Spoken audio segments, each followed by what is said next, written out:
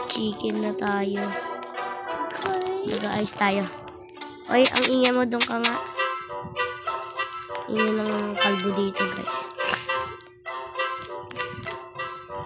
Sorry kung maingay. May panot kasi. Joke lang.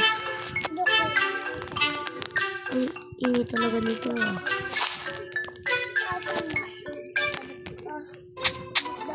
Nahanap niya kasi sa lugar niya.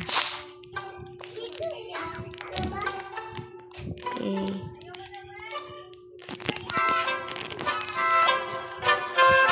Kakabit tayong upuan. Para halata namang playground. Ayan natin yan.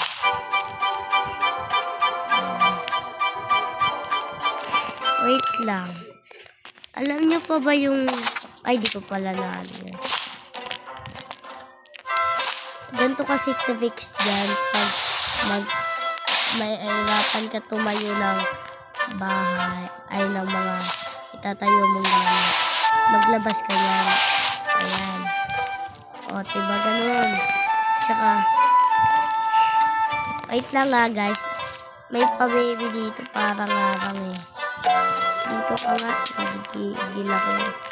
Hindi ako matapos-tapos.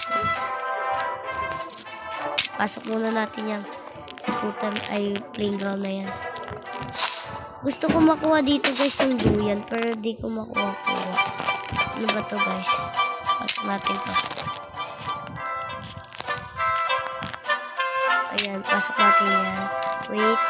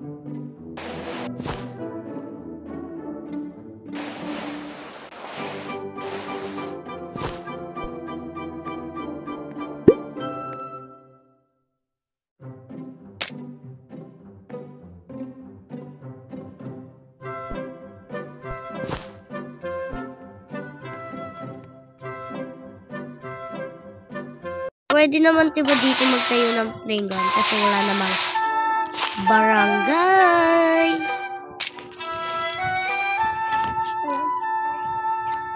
Nagtatayo tayo dito ng playground kasi wala nga ng barangay.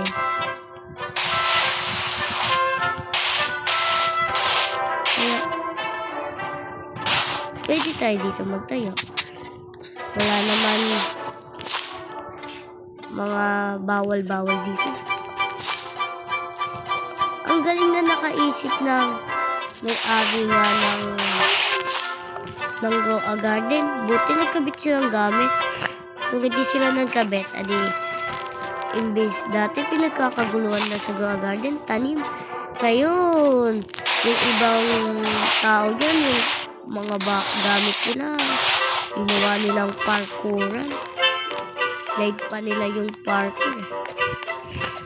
Ayan guys, dito magtatapos ang ating video. Huwag kakalimutan pala mag-like, subscribe, and comment. Kailangan ko, tulungan niyo ako tumaas ang subscriber. Bye-bye!